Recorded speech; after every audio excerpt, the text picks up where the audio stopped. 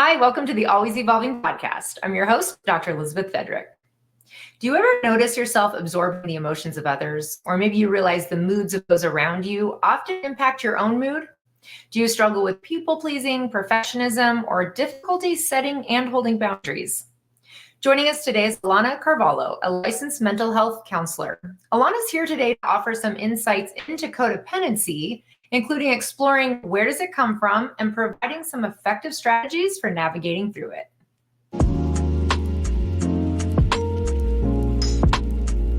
It's okay that we don't have it all figured out. We're all just taking it a day at a time. This is Always Evolving with Dr. Liz. Alana, hello. Thank you for joining us on Always Evolving.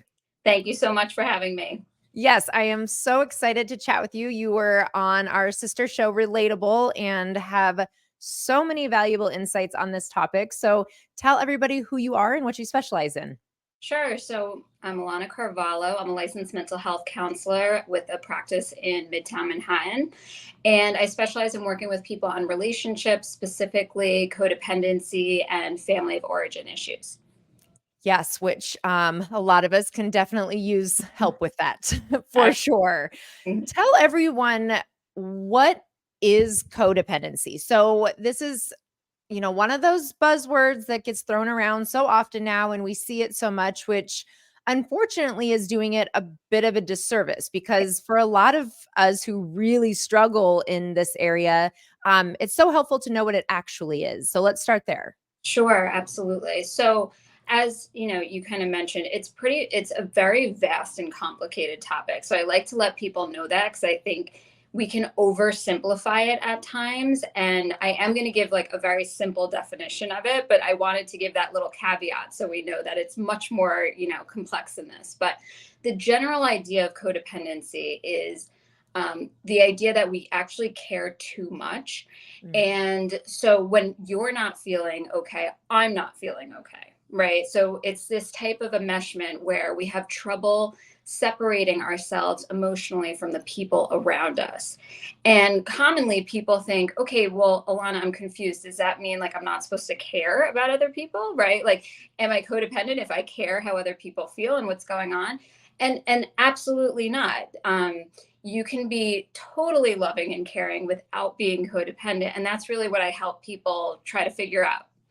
Right. Which is not an easy gray area to find all of the time. And a lot of this, being rooted in how we were raised and the influence of that environment in terms of really how we survived that environment. And so if we had to show up as caretakers or had to perform, be people pleasers, that parentified role. So were we taking on tasks that were not developmentally appropriate, often influences then when we carry this into adulthood, because it did serve a purpose. It helped us with survival. And in some ways, like I would say everyone is somewhere along the codependent spectrum. It just depends, how far that is. And that's really based on how much was it your survival throughout your upbringing. Absolutely. And I think that's where people get caught up, right? It's not really like, am I codependent or am I not? It's like, where do I fall on the spectrum, which is most things in life. Like we're all most things, right? Yep. But some of us have it way more than others, and it's impacting our life tremendously, right?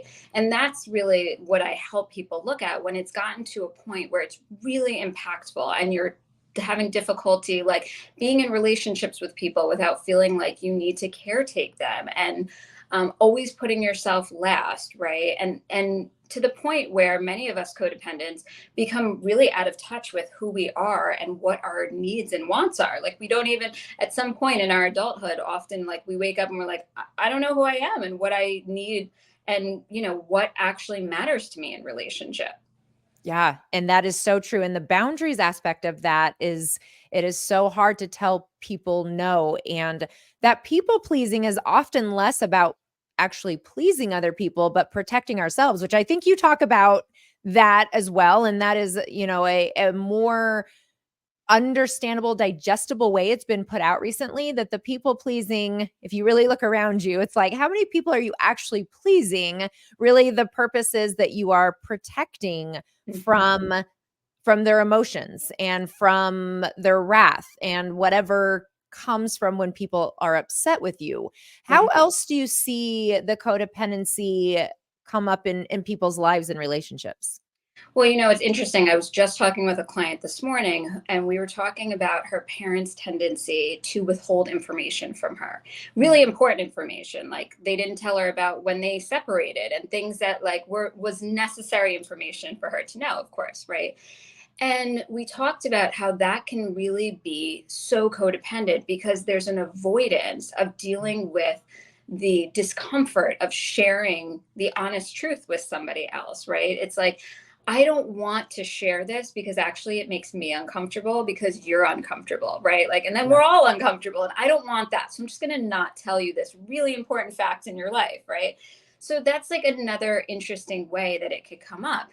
It's, of course, it's not like malicious necessarily, but how it can impact the person is pretty tremendous, right? Like having your parents not share with you that they've actually separated and aren't living together anymore and you having no idea can have a huge impact on the trust that there is in a relationship.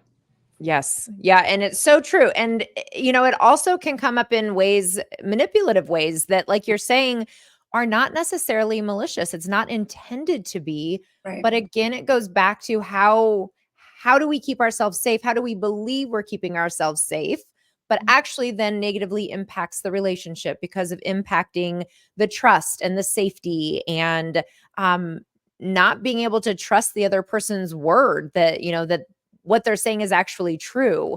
How do you help clients to assess, Hmm. even people listening when they're like, okay, I can kind of relate, but I don't know. How Hmm. do people start assessing this?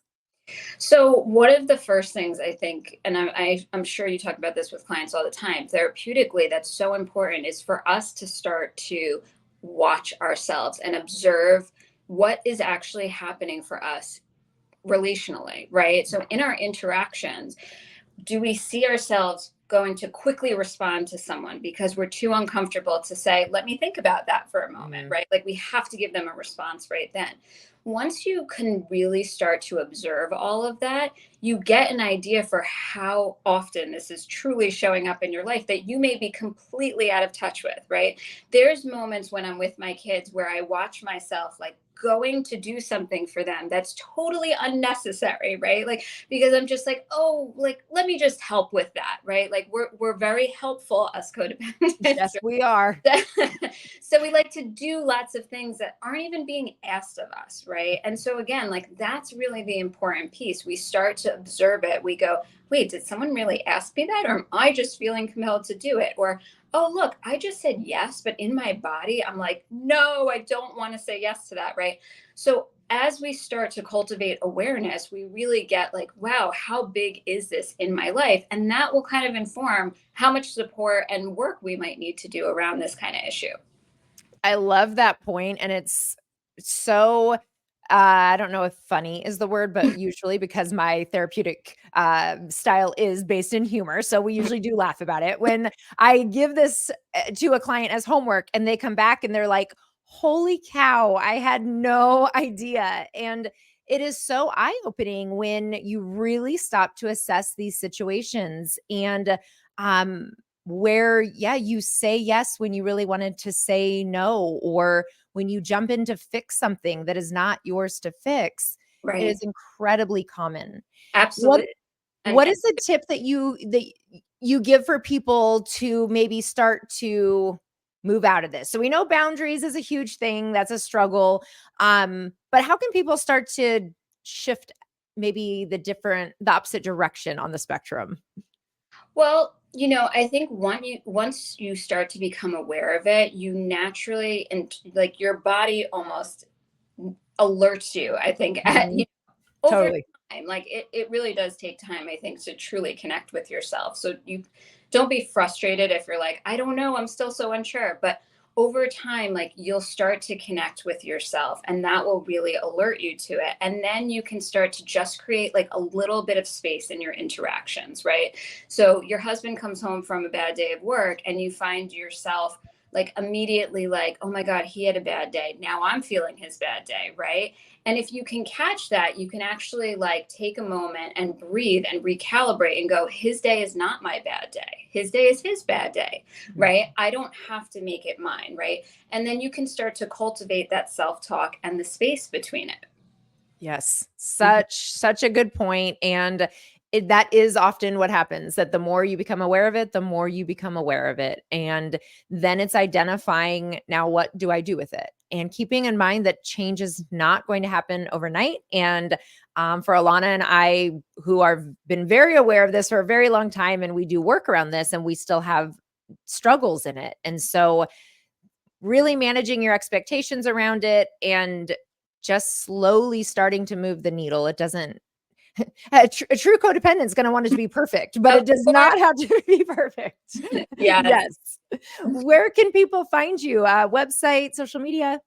Sure. So you can find me on Instagram. I'm the Codependent Perfectionist. And that's also my website, thecodependentperfectionist.com. And you can take a little quiz to see how codependent or perfectionistic you are.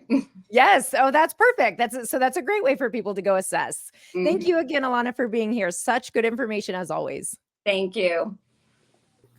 Thank you again, Alana, for giving us some helpful insights into codependency and what to do about it. And thank you all for joining us on the Always Evolving podcast. We would love it if you could rate and subscribe. Also, go check out our website, www.evolvecounselingaz.com, to sign up for our weekly e-newsletter with even more helpful mental health tips. You can also find us on Instagram at evolvecounselingaz. This is Always Evolving with Dr. Liz.